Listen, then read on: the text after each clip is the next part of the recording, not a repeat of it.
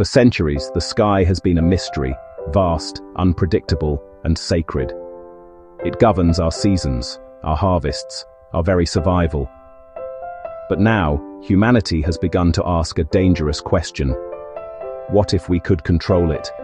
They call it geoengineering, the deliberate attempt to alter the planet's climate. It sounds like science fiction, yet quietly, it's becoming science fact. But as technology advances, another question lingers.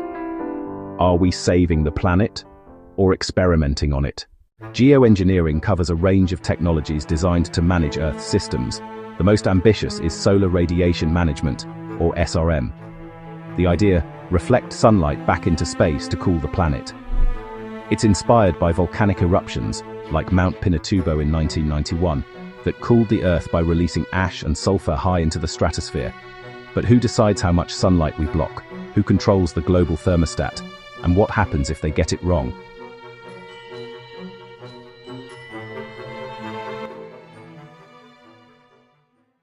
This isn't humanity's first attempt to command the sky.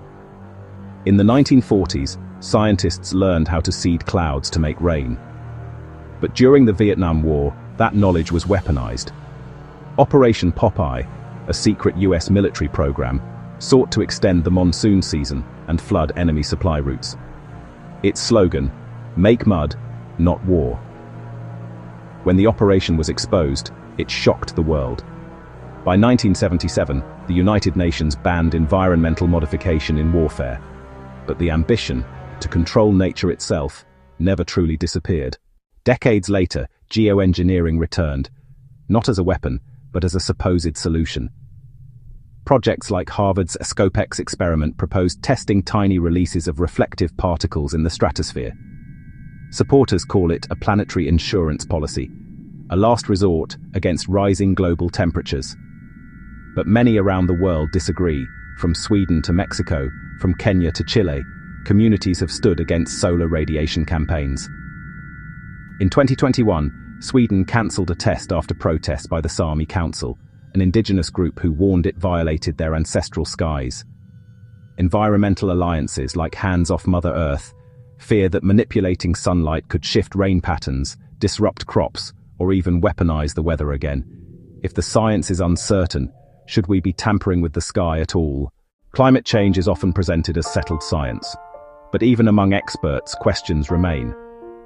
We know carbon dioxide traps heat, but Earth's climate has shifted violently long before humans appeared. Some, like astrophysicist Piers Corbyn, argue that solar activity, not carbon, drives the planet's warming and cooling cycles. They point out that predictions, like the claim that the Arctic would vanish by 2020, have not come true. Instead, ice levels rise and fall in rhythm with nature. If the models can't perfectly predict the past, how can they fully predict the future? And if we still don't understand the climate completely, why are we already trying to engineer it? Across the world, weather grows more extreme. Floods in Europe, fires in Canada, droughts in Africa, events that seem more frequent, more violent.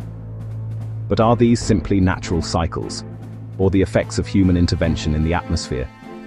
Most official sources deny any large-scale geoengineering operations exist, yet skies across continents show strange, persistent trails. Temperatures swing unpredictably, and rainfall patterns shift in ways no one foresaw. So again we ask, is the climate reacting to us, or are we reacting to something else? For all our innovation, the planet still heals itself. When pollution falls, the air clears. When forests return, the Earth breathes again. Maybe we don't need to engineer balance, only to stop breaking it. Perhaps the solution lies not in controlling nature, but in remembering we are part of it.